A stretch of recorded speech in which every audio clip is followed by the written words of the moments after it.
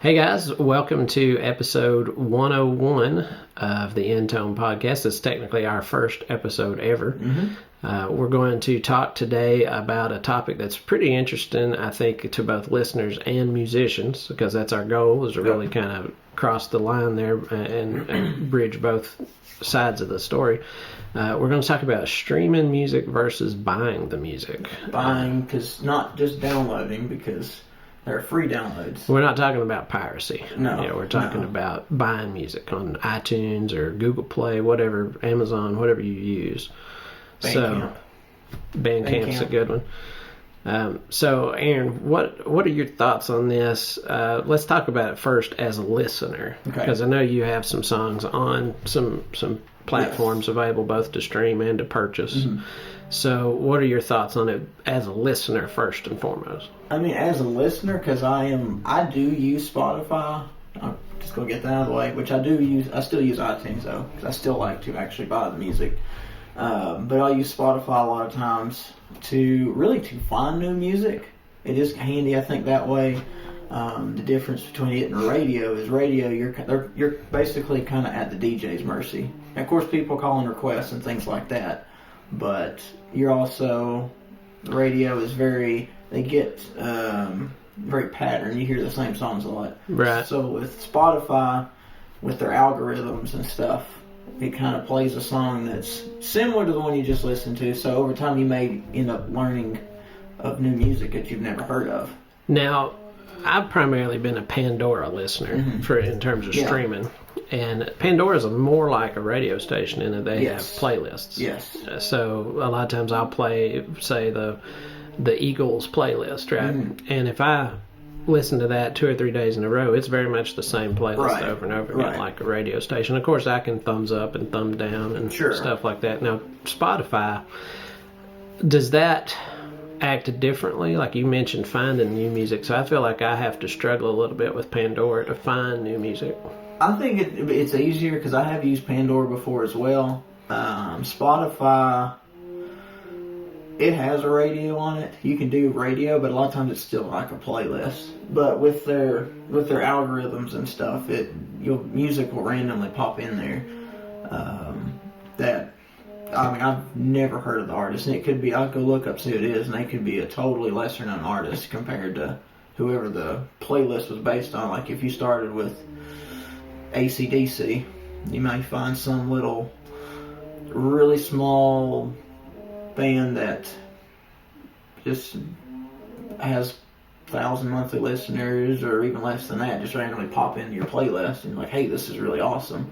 Whereas they probably you would have never heard them on like a radio station because they're so small. Right. So now in Pandora, they have a system where when you pick, like, say, I'll use my Eagles playlist as a reference. They have their basic Eagles playlist, and then on the side you can click on crowd favorites, and these are songs that are the most thumbed up songs from all their users. And then they also have one called Deep Cuts and Discovery and some of that stuff. I never explored it when I used it, so yeah, it's pretty interesting to do it that way because you will find some new stuff occasionally, but a lot of times it's also like deep tracks off of a record. Like you may have heard the big hits off of an Eagles record, but you don't own the record, so you don't know all the songs. I see what you're saying. Yeah. Now, I don't have as much experience with Spotify, and I think the reason for this is, and this is an interesting topic as a parent. I'm a parent, Aaron is not. As a parent, Spotify lacks any form of parental controls. At least as the date of this recording, it does not have any parental controls. And I know it's something that's actually been quite a big topic, is there's no parental control. So I tend to stay away from Spotify because of that reason. Apple Music has parental controls, but they don't have a free option that I'm aware of to listen to. They don't, not that I'm aware of either. Whereas Spotify and Pandora and all these places you can listen to for free as long as you're willing to hear the ads. Yeah. Pandora also doesn't really do entire albums the way Spotify does. So, like, isn't that right? You can go on Spotify and listen to an entire album. Yeah. I mean, it'd be like buying it off iTunes as far as that goes. You can find the whole catalog. And everything. Does it put commercials between them on the free version? Between the songs? Yes.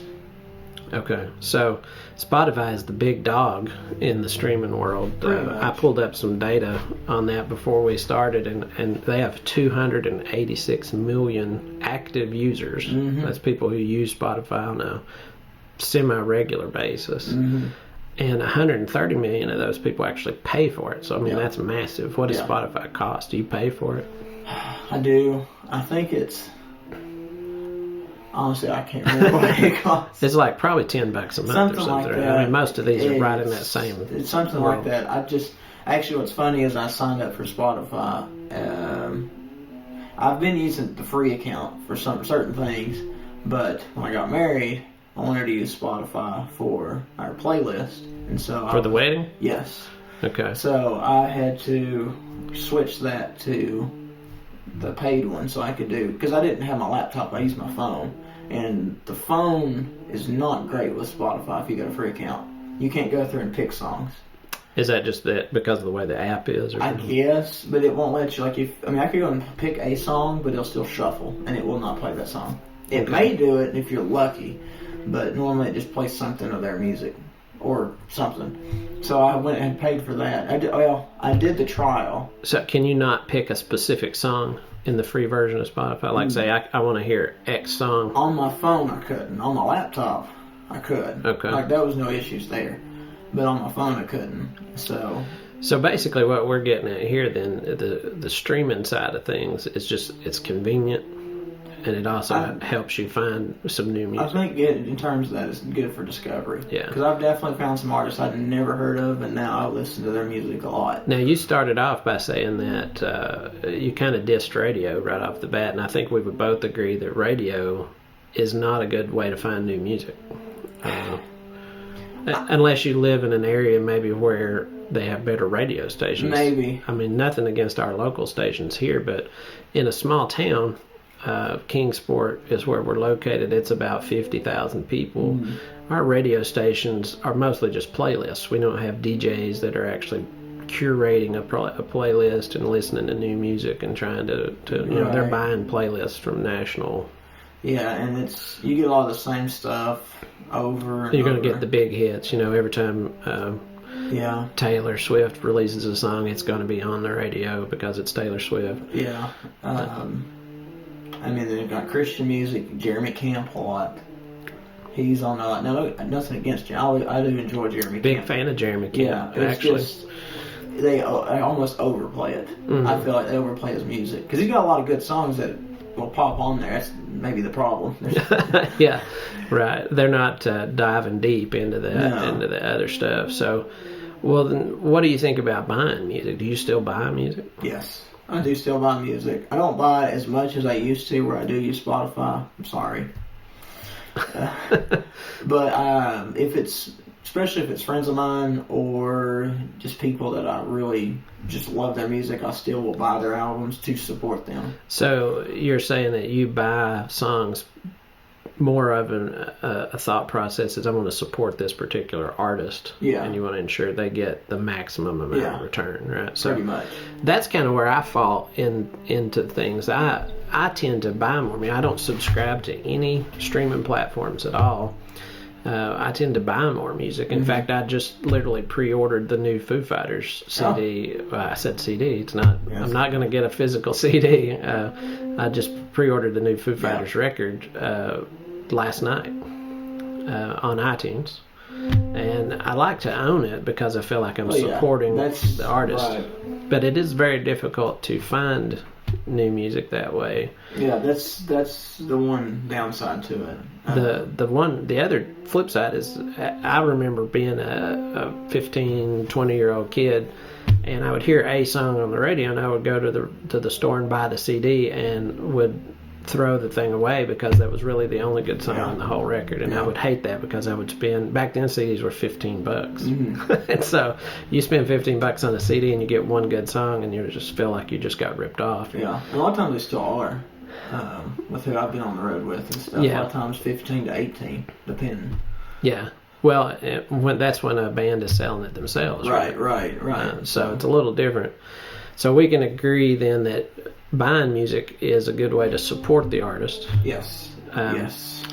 I personally also still, I guess it's an age and a generational thing. I feel like when I buy the music, it's mine, even though I realize I'm just licensing the music. I don't own the rights to the song or whatever, but I feel like it's mine, and I can play it anytime I want to. Whereas, what happens if Spotify goes out of business in 5 years? Right. You know, and you've curated all these playlists through Spotify, and then Spotify's gone, and now your playlists are gone. Yeah. You know, no, that's true.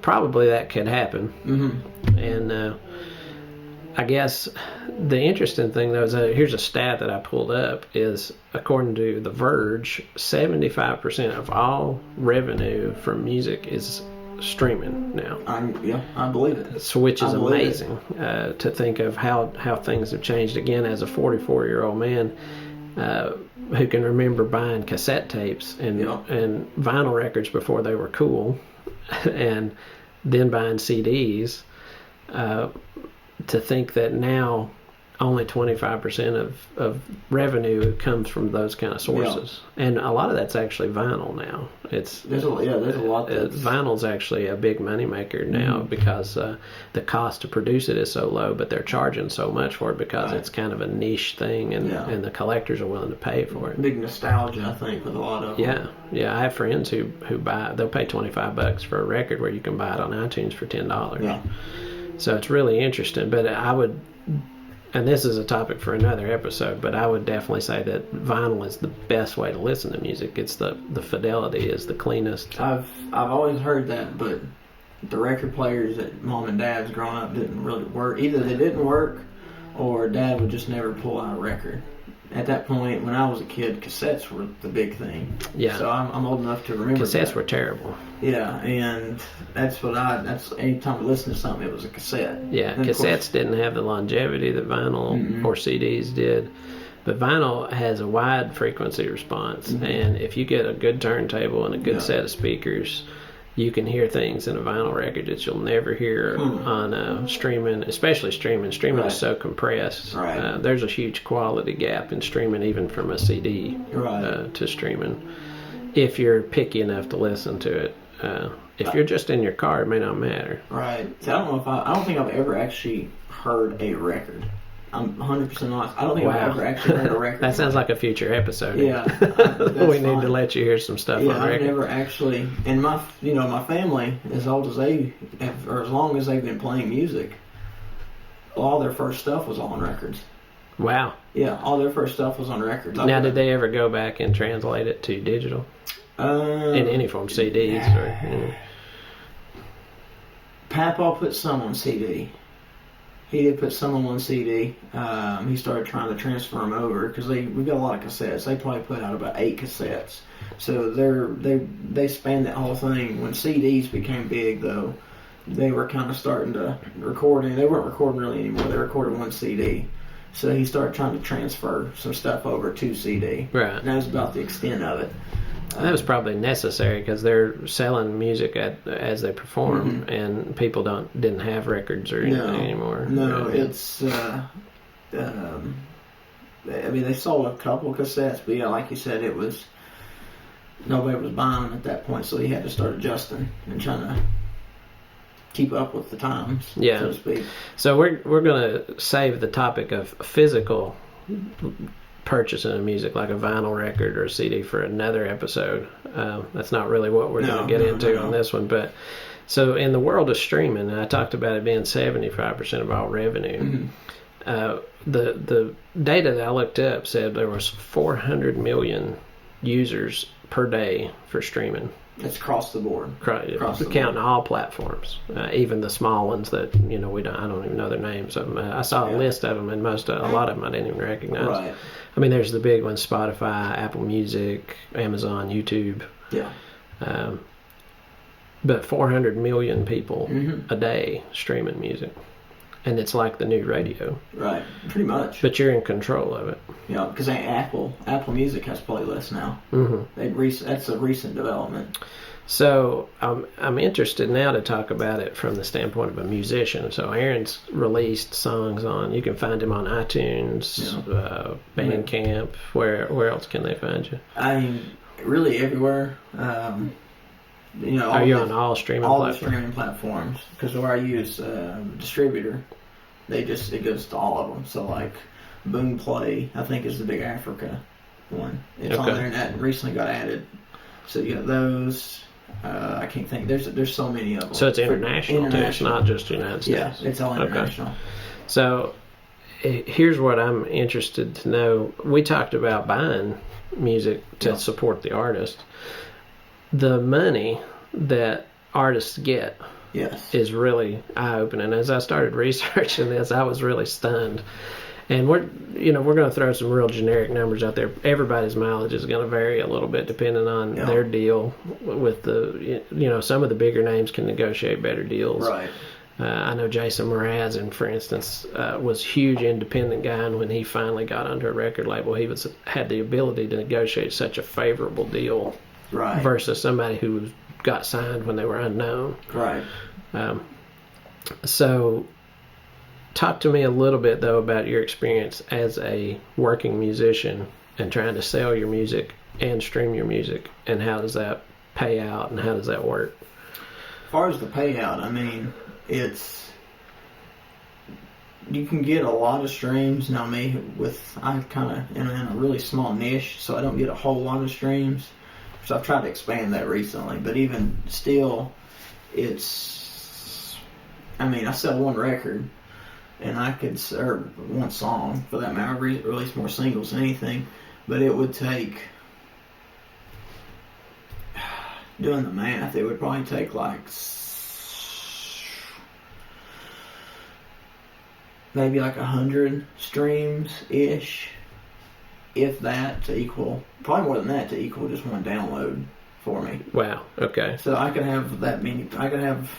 That's super rough. Now, do you sell physical CDs at your shows? I can't. Yeah, I do have. I don't always have them with me, depending on where I'm at. So what do you make off of selling one CD? Like just a physical one. Mm-hmm. So mine are EPs. It's like 4 or 5 songs. So I typically sell for 5. Okay. How much of that roughly is profit to you? And we're going to assume that he's paid for all the studio costs, and we're not trying to do a sunken math kind of deal where we're looking at all the sunken costs of the studio production time and all that stuff. We're just saying that let's assume the CD's paid for. How much are you making back on that CD? After, as far as distribution, or not duplication of the CD, about $250. So you're making roughly half. Right, as of right now, and that's which I order small orders, just because I'm not selling tons of stuff, so I don't want to order 1,000 CDs. Yeah, and I'd make probably $3 or $4 profit. You could increase your profit if you're buying in larger quantities. But with where I'm at right now, I'm buying like the minimum. Still 50%. That's a pretty good deal. So the information that I found online is an average major label artist sells a CD in a record store and gets roughly 10%. So if you buy a CD for $10, they're making roughly $1. Yeah.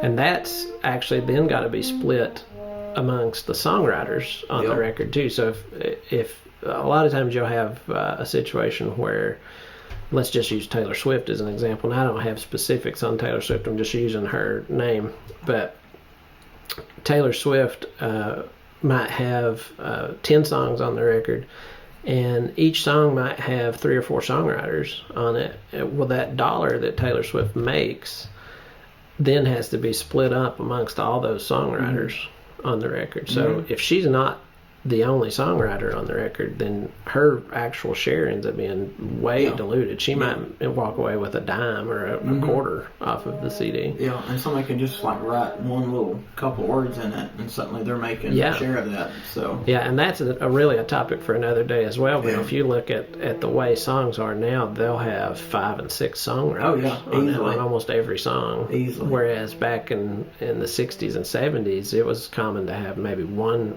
at most 2 names on a song. Right. Jimi Hendrix would be listed as the songwriter on a song, or Smokey Robinson would be listed as the songwriter on a song. Yeah. And now you'll look at it and there might be 10 names on there. And all those people have to get a slice of the pie. Well, when you're making 10 cents on selling an album, it's hard to make, it's hard to understand how they get to these levels where they're flying in private jets and living in $1 million homes, I think a lot of times it probably nowadays I heard once about Beyonce. I think most of her money comes from endorsements. Yes, Not so she's more music. of a celebrity than she not is so much music. a musician. Yeah.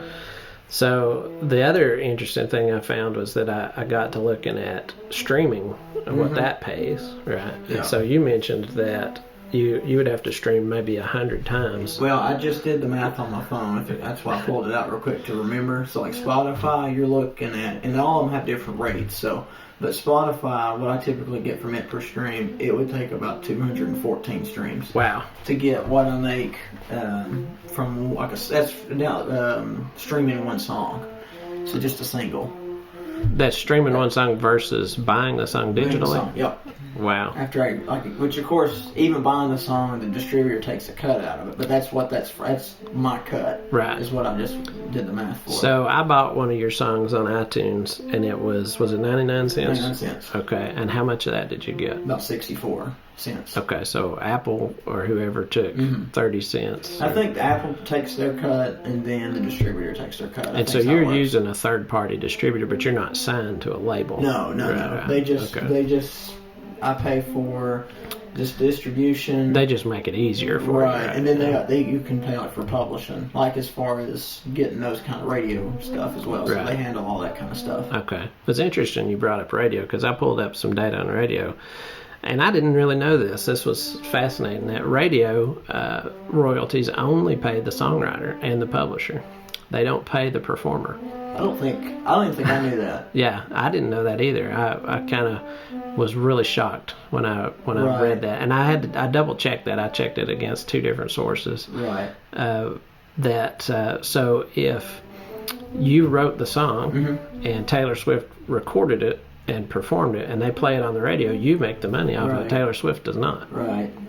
The online radio, so there's Sound Exchange, which I'm signed up with that. I don't have any songs that are actually on physical radio, so that'd be one reason why I didn't really know that. Granted, it's all instrumental and I write my own music, so I would have still got something for it. But Sound Exchange takes care of all the online radio, and you can register as a songwriter or the performer. So you can get performance royalties through that. So that'd be like your Sirius XM, Pandora, things like that. And amongst a bunch of others, they have a whole laundry list of who they get royalties from. But as far as the big ones, Sirius and Pandora are the big ones. Right. And iHeartRadio. I forgot about iHeartRadio. Yeah, iHeart's not as popular. Pandora made a big splash a few years ago when they actually bought a physical radio station. Right. And they did that to skirt some of the legislation that was coming around because there was legislation aimed at online-only services. And so they bought a physical radio station so that they could just be a radio station that happens to stream. Right. But I think, too, now they appear on their Pandora charts now, like on Billboard. Yeah. I wonder if that has anything to do, because I think that's recent, too. Right. I may be wrong. Check me on that. It was quite clever on their part to avoid some of that legislation, but... and I've always enjoyed Pandora, but we talked about earlier, they're not the most... from a musician standpoint, they're not the best. So let's talk about streaming rates. Okay. So this was interesting, too. I looked at this website called Ditto Music, and they had a little calculator on there that you can punch in how many streams and what you would get paid on it. And it was, you could look at all the top streamers, right? So Aaron talked about Spotify earlier. 1,000 streams on Spotify would net you $4.37. That's 4/10 roughly of a penny. Yeah. But I was telling him before we started this, looking through the notes, that normally the most I get is actually 3/10. So now, what's the factor for that? Because you're under a certain number of streams. I'm not sure, because I know the way the breakdown works is your big wigs. Like, not necessarily Spotify, but your big, maybe record companies and stuff like that, they get the first cut of money. And at some point, I think they go through all the deals, and at some point, little guys now is your distributor maybe getting the other 10th of it? That, honestly, I'm not sure, so I can't really say for sure. I don't think so, but I may be 100% wrong. As far as what I get to, it also varies if it's a free account. Yes. versus a subscription account. Yes. Now this is an averaged number. I did see that. They noted that in the website that paid subscribers gave you a higher dollar amount per play versus a free subscriber. And then the country that the stream comes from. Yes, that was another thing, because every country has its own legislation on this. Because I recently did a promotion on Spotify for a song I released, and started getting the streams coming in from that time period for it, because it takes about 3 months for you actually to get your money. Typically, it depends which one. Sometimes you get it in a month, but Spotify's about 3 months. So I started seeing the numbers rolled in, and I remember that a lot of my streams came from South America, was a lot of them, and then there was some from Europe, had quite a few. And while I did have some that were 0.3 of a cent, I had a lot that were like 1/10 or 2/10. And we're still talking about Spotify. Still Spotify, because they're the big dog in the game. Yeah, and there's so many variables. Yeah. So there's so many variables. Same thing with YouTube. So we're talking just average numbers here. Yeah. The interesting thing, again, based on 1,000 streams, was Spotify $4.37 on average. Apple Music is slightly higher at $7.35. To me, the big surprises here were twofold. Napster paying $19 for 1,000 streams, so they're by far paying the most out. And Napster was big when I was young, right? I remember for a totally different reason. And they've transitioned to a streaming service, but I don't know anybody who actually uses Napster as a streaming service. I don't either. Same thing as Tidal. Tidal's right up there too. Tidal is $12.50. Now Tidal is interesting to me because they're high fidelity streaming, which I mentioned earlier that streaming is very compressed, and it's okay if you're driving around the car, but if you really want to sit down and listen to music, streaming is very compressed. You lose a lot of high end. It's all very low quality to me. Yeah. And some people are more discerning on that than others. Amazon, I found, is really good as well. They're usually between the 9/10 to about 1.1/10. Yeah. Tenth. So you would make about $9 to $11. Yeah. From Amazon, somewhere in that range. So Amazon wasn't one of the options in the list, so I couldn't get their number. But the one that really shocked me the most was YouTube. Because I know kids, in particular my daughter, listens to music on YouTube more than anything. And 1,000 streams on YouTube nets you a whopping 69 cents. Yeah. Which is absurd. That's like 6/100ths of a cent for every play. And I've had, actually, funny enough, I've had sometimes more success with YouTube financially, which I get quite a few plays. I get more on Spotify than any of them, but I sometimes have gotten 5/10 of a cent for a set of them. So that kind of puts it kind of in the middle with that. But YouTube also has like that content. Anybody that's ever uploaded any kind of video on YouTube knows sometimes that when you put music, you get copyright claimed.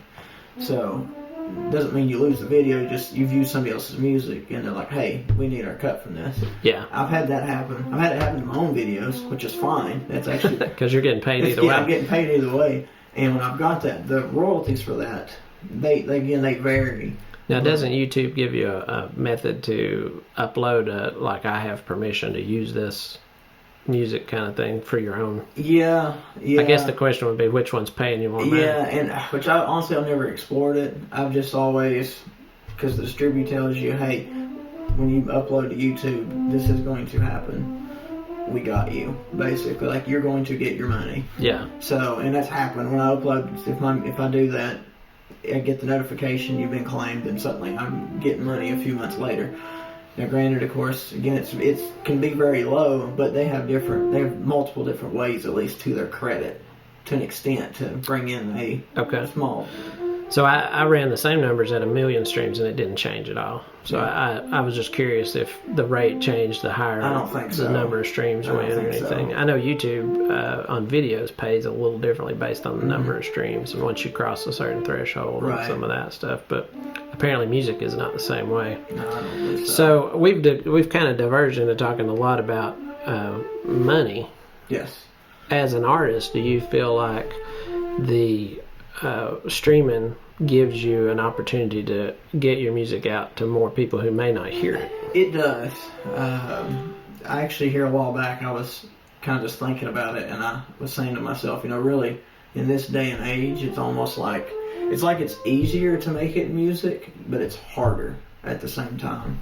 I would definitely agree versus, and I'm not ever been a professional musician, but from what I've seen, when I was a kid, recording a song was a bit of a chore. You had to buy a 4-track recorder, which cost a few $100, and microphones weren't that great, and there wasn't a whole lot of technology around back then. And nowadays, you can record something on your phone that sounds amazing. Yeah.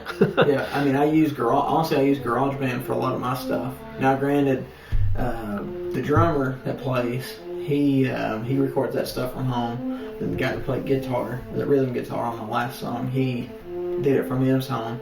And then the drummer actually mixed everything. But as far as all my parts, I just did it at home on GarageBand. So that's where I think a lot of times it's easier now, because you can do all this stuff from home, get in Spotify, YouTube. I mean, there's so many success stories now, people on YouTube making it, and it's all with all that kind of stuff. Well, going back to kind of our earlier topic, about how much money you make from selling a physical CD, the fact that there's not a record label involved and there's not all these overhead studio costs involved gives you the opportunity to have less invested in it up front, right? It's basically time. Right, so you're getting all the profit, essentially. Yeah.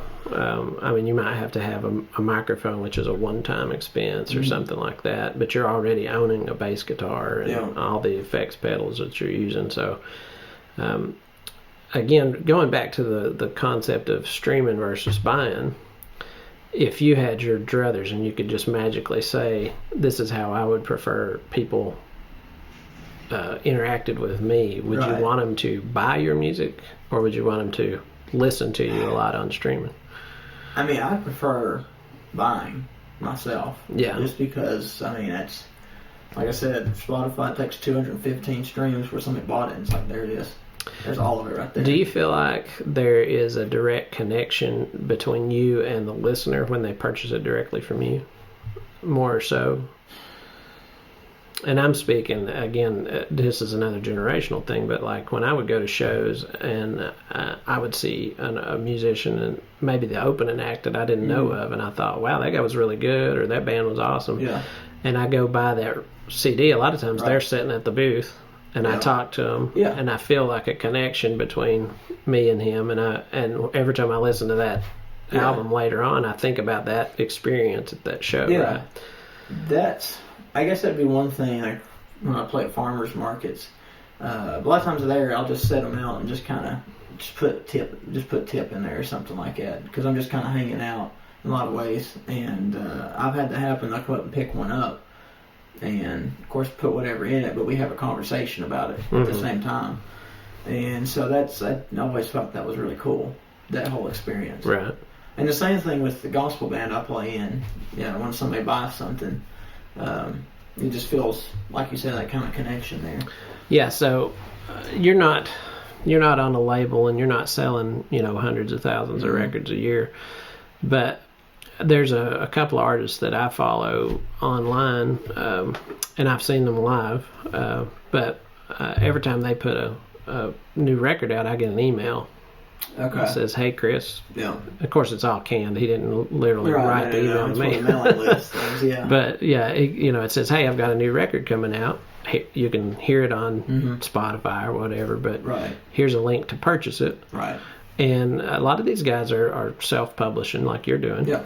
And so that's how they're supporting themselves. And I feel totally fine, buying it direct from them. Yeah. Whether that's digital or physical. Again, that's a topic for another day, but I have a ton of problems storing physical CDs nowadays. That's one thing with me. I've got a lot of CDs, and I don't use them really anymore. A lot of times I would transfer them to my phone. Yeah. But I've got some that are signed, so I don't really want to throw them away or get rid of them. Sure, keep them.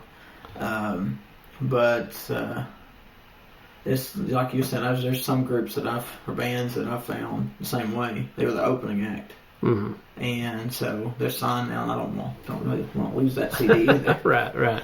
Yeah, I've gone to several shows where I wasn't a huge fan of the opening band, but it was maybe a $5 show or something, and they had 3 or 4 bands on the ticket, and I ended up liking one of the opening acts way better.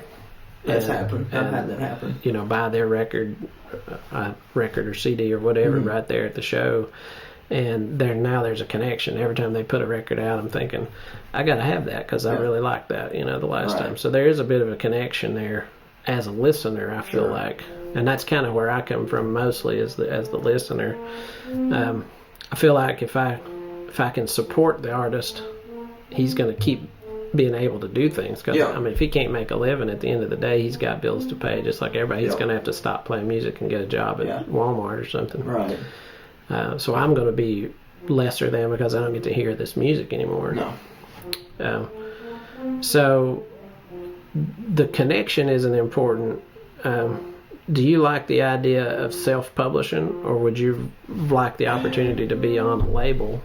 I mean, I think it'd be cool to be on a label, but at the same time, as an artist, they're going to, I mean, they got to have their cut. The problem is, I think a lot of times it's more about them than you in terms of that. So you're not going to get just this little bit, unless you find the right one. And I'm sure there's some out there that are great to work for and really take care of you, but I don't know. Yeah, I don't really know the answer to that either. I didn't really research that stuff. No. But when I brought it up earlier that a major label act usually gets around 10% of a physical purchase.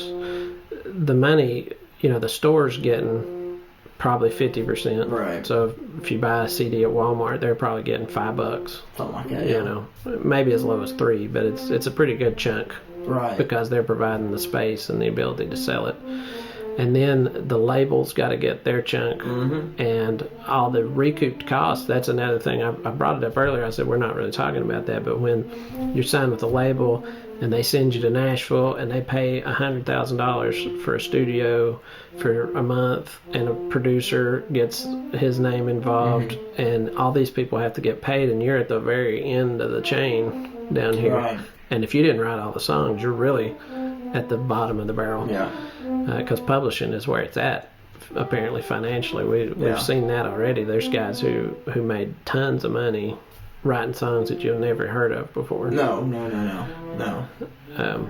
And there's plenty that you have. Smokey Robinson, for instance, is a fantastic solo artist back in the day, but most of his money comes from writing a lot of those Motown songs that other people recorded. Right. Quincy Jones is a similar story. Quincy Jones has written a ton of stuff and produced a ton of stuff. He's a well-known name, but not so much for being an artist as he is for being a producer. Right. Actually, funny, this morning I was watching, it popped up on my suggested videos on YouTube, and it was a bass player talking about how to play bass like Nikki Sixx. Okay. And he was kind of going through all of his techniques and stuff, but he said, really what he's more known for seems to be his songwriting, which I didn't know that. And granted, I never really listened to Motley Crue, but I'm familiar with Nikki Sixx, and so that was kind of one of those, like, he's the musician, he's the artist, but he's known more for his songwriting. Yeah, it's really easy to gloss over when you have a band that's as rambunctious as Motley Crue, to gloss over songwriting. AC/DC is another one. It's really easy to kind of gloss over the songwriting skills and some of the technical skills of those guys. But we can dive into that on another topic, on another day. So what have we come to any kind of conclusions on this? Is streaming better than buying? I think both of them have their pros and cons, and that's what I was just going to add, Of course, the discovery factor with streaming. I think that's when it's easier to make a living in music because it's so easy and people can find you with all that kind of stuff because it's so readily available without having to go to the concert and buy a CD or go into the store. And when you say making a living, though, you're not talking about making millions of dollars. No. You're talking about just $30,000 a year. making some something. Money. Even if it's just, maybe you're still working a job, but you're making enough to at least supplement it. And do you feel like, and obviously you don't have anything to compare it to because you didn't sell millions of records and make millions of dollars, but do you feel like if you are keeping it small, it keeps it more real for you, like you're a little more true to the art? Or does that matter? Because when I was young, everybody talked about selling out, and the Offspring signed a huge record deal back in the day. It was like $120 million, and they were this supposedly punk band and all this stuff. And then they signed this $120 million deal, and everybody's like, Offspring sold out, and I was like, Offspring got paid. Yeah, What I like about it is, at least right now, and maybe forever as far as that goes, but I'm in control of everything. I don't have somebody telling like, well, you should do this instead. Play it this way or play this style. Like if anybody that listens to my music, it can tell a difference in the last, like since I started till now. It all the kind of changes. There's genre changes a little bit. The last thing I did was kind of funk. Stuff before that was more, honestly, I couldn't tell you. That was a discussion we had, is how to categorize it. Yeah. And then some stuff I'm working on now, I sent you the other night. It's kind of has some 80s kind of pop kind of vibes going on in it. So I get to just control whatever I want at this point. You don't have a person standing over your shoulder saying that's not a good choice, it's not going to sell, and whether it sells or not really is up to you, I guess. Yeah. There's probably more work involved, right? Though, being a solo artist, because you're responsible for marketing it and pushing it out there. You know, you're not just turning it into the record label and walking away. And I think it's part of the fun of it too. In that, if I see the growth, I'm like, I did that. It was just me who did that. Yeah. So that's what was really cool when I did that promotion. Started seeing, because Spotify is really big. Is you can save the song and of course follow. That's one thing about it. If somebody follows you as an artist, they get a notification when you release new music. Right. And so seeing that kind of stuff, like, oh man, I've added these people, so when I release the next song or album, they're gonna listen. They're gonna be like, they're gonna get notified. Now, whether they listen to it or not, who knows? But there's a better shot at it now. Yeah, for sure. Like, there's been artists that I liked over the years that, for whatever reason, I didn't know that they released another record. Yeah. And 2 or 3 years down the road, I'll just stumble across it and be like, when did this come out? Yeah. And it's amazing to me that I never knew, as much as I liked this particular artist. My favorite band of all time is The Who. Yeah. And The Who released a record 2 or 3 years ago, and I didn't have a clue about it. And I'm like, I'm the biggest Who fan around. I don't know how I could not know that they released a record, but it happened. Like, nobody notified me. iTunes didn't notify me. The Who's website didn't notify me, even though I'm signed up on all that stuff.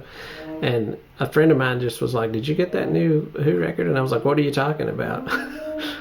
So that's the kind of thing that I think about. You really got to be on top of your game. When you're The Who, it probably doesn't matter. Right. But when you're Aaron, you know, you've really got to be on the push and stuff. And that's making sure your Facebook's updated, letting everybody know, and running those ads and stuff like that to try to drive people to those. Yeah. But at the same time, with Spotify and stuff, where it's so easy. There's so many people doing it now. Yeah. So that's where I think it's got harder to make it. In that aspect, it's got hard because it's so flooded. Right. Well, there's so much on there. So much. And so you're just hoping that either your ads work or the algorithms work in your favor. Yeah. Now, do you feel like Spotify is too big? Like... Again, I haven't used Apple Music. They keep trying to offer me the 3-month free subscription on my phone, but I can't really mentally get over the hurdle of paying $10 a month to stream music that I don't own. Right. On the flip side, before we get into that, I use a service through Apple called iTunes Match. I don't know if you've ever heard of that. I had it at one point. Yeah, I really like that. Now, being a guy who had hundreds of CDs, it was really cool, and for anybody who's not familiar with it, Apple doesn't push it that much anymore. They still offer it as a service, but you really have to dig deep to find it. What it does is it allows you to take your own music that you have physically, you upload it into your iTunes account, and it pushes it up into the cloud, but it also matches it. So if it's a song that they already have on their list, they look at it on your computer and they say, we already have that, we match it. Yeah. Right. And if they don't have it, then they upload what you ripped into the cloud. Well, what that does is it allows me to play all of my music from my phone streaming through the just regular music app on my iPhone. You didn't have to go back and rebuy it. I didn't have to rebuy it through iTunes or anything like that. And it's like $25 a year, so it's not really expensive. I pay it one time, $25 a year. Over the course of the year, it's $2 a month or something. It's pretty cheap. I would rather do that than pay $10 a month to stream something that's basically free. I mean, other than, I know Apple Music isn't free, but I can get Pandora and Spotify for free as long as I'm willing to put up with a couple of commercials. Right. I did Spotify. I did the trial for our wedding, and I meant to cancel it. I never did. So I'm sure they count on that. Yeah, and so I keep getting charged for it, but I keep using it. It's the problem. Yeah. The more we've talked, the more I kind of want to go ahead and cancel it. So maybe so I've talked you into canceling. It might do it. And if we're discovering new music, just use Pandora or something for the time being, and then just go buy the music. Well, I mean, even Spotify's free. I've tried it a few times, and the problem is I can't listen to it at the house because a lot of times the suggested one will come up with a lot of swearing and stuff, and I don't want my daughter to hear that stuff. Which I find a lot of music on YouTube too, though. Yeah, I've found that with a lot of these reaction channels that are out now. I've actually found music that way. That's so it's not streaming, but it's kinda in a sense. So we may do some reaction videos of Aaron playing music for me that I'm not familiar with. Right there. And then Aaron's going to hear some music that he's not familiar with that I'm going to pick, and we're going to just see what he thinks of it and what I think of it. Yeah. We may do that at some point down the road. There's, tons of music. We had this discussion all the time that, I'll say, I can't believe you haven't heard that song or whatever, Yeah. And he says it more than me, though. Well, because my music can be a little not obscure, but it's more niche. Aaron is much more niche, and musicians are like that. Musicians tend to like more niche music, which is good. It's interesting. I'll be open to hearing all that stuff. Yeah. It's fascinating to me the way musicians listen to music versus the way I listen to music, because I'm listening for totally different things. Yeah. All my musician friends will say, this is fantastic, and then I'll hear it and I'll be like, I don't really like that at all. But they're listening for one specific thing. Yeah. You being a bass player, you listen for a lot of bass. You're listening to how's the bass player playing. We'll give us here's an example. We both like the Christian band Mercy Me. Yep. Aaron is one of your favorites, right? Yeah. And the bass player for the band you really like a lot. Yeah. And so their last record was called Lifer, and the first song on the record is called Lifer. And it's a really rocking, upbeat tune, and I totally dug it. Right. Well, then Aaron's does a cover of it on his YouTube channel and is all into the bass line of it. And I hadn't paid attention to the bass line at all. Just loved it. So it was interesting to me to hear through Aaron's eyes or Aaron's ears, basically, what he was picking up out of the song. And that was actually a really enjoyable video to watch you play the Lifer song, because I could see what you were really digging about it. And that's the kind of things that, as a listener, I would really appreciate more. I think when artists do covers, that's more interesting, because then it kind of gives you a little insight into what they like. Right. If they like the song well enough to cover it, then it might open the door to something that you're not even familiar with. That's true. So what we've not really made any conclusions. I don't think that was our goal. No, just more of kind of the pros and cons of it, I guess, really, for I guess more probably pros and cons for the artist and more the pros for the listener. Right. I don't know if there's necessarily any cons per se. Well, the monthly fee. That would be the I can speak con. To that. That's been my biggest con with it, is the monthly fee. As you could see, Aaron got sucked into paying for it and has paid for it for, how long have you been married now? 6 months. So he's paid for it for 6 months without really intending to do it. Technically 5 months, since that was a trial. Yeah, the first month was a trial. So he hasn't really intended to pay for it all that time, but it's happened. Yeah, and then I just kind of got sucked into it. And so that's kind of where I come from, is I don't want to get into those kind of things. So that's a con for me for sure. But I would think the discovery of new music is a good plus. It's a good pro. I know I kind of said Pandora's not super great for it, but I have found some really good stuff on Pandora by going to that discovery or that deep cut. Right. And for me, from my standpoint, because Pandora, actually, there's an extra step to get your music on Pandora. With the distributor, they send it to them, and that's it. The Spotify or Apple Music, then they put it on, and that's all. They categorize it and all that for Pandora, you actually have to go to Pandora and submit it again. And essentially, it's in their library, but they won't do nothing with it until you contact them. They have it from the distributor, so I get to see all the stats. And as far as the discovery, it's cool to see how people are finding out about your music, like where it plays, because there's so many different ways. There's the interactive, where you actually, I think, get to pick. Do you get that information back from Pandora, just Pandora, or do you get it back from all of the streamers? They each have their own app. Pandora, I think Pandora, you just use the website. I don't think they actually have an app. But yeah, it tells you where your listeners are coming from, how you got it. If it's from playlists, if it's from the algorithm playlist, if Spotify helped you out with on their stuff, or if the listeners added you to their own playlist. Okay. Or if they've just searched for you and things like that. And then Pandora will, what was I about to say about it? Oh, if they've added your track, where you can add like a track station or an artist station, tells you if they've added you as an artist, and now you're their radio station. They're playing music around you, or if it's the track. Because I've had 4 or 5 track station ads.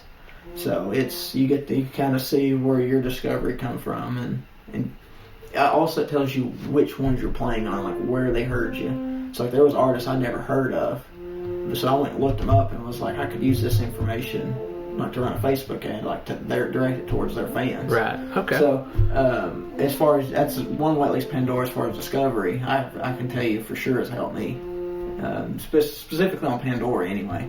All right. Well, Pandora was like the first streaming service that I really heard of. Yeah. I don't know if they were the first necessarily. I know Napster was around longer, but they were doing the illegal download and stuff. I don't know when they actually transitioned to streaming. Yeah, don't do that. Don't do free downloads. That does not help anybody. Except it may be free, but it doesn't really help anybody. No. Yeah, and we're not talking about hundreds of dollars in cost here. I mean, even if you're paying for streaming, it's $10 a month. Yeah. It's not like you're killing the bank to do that. No. So, well, all right. I guess that's going to wrap it up for us here. We appreciate you guys watching, and if you would do us a favor, like this video, subscribe to our channel. Share it with your friends. Yeah, share it on all your social media channels. We're very new. We need all the help we can get, of course, and we appreciate it. And hopefully drop us a comment if you like the information here. If you want to see anything specific, we'll be looking at the comments, and hopefully we can keep going with this. Yep. All right. Thanks a lot. Thank you.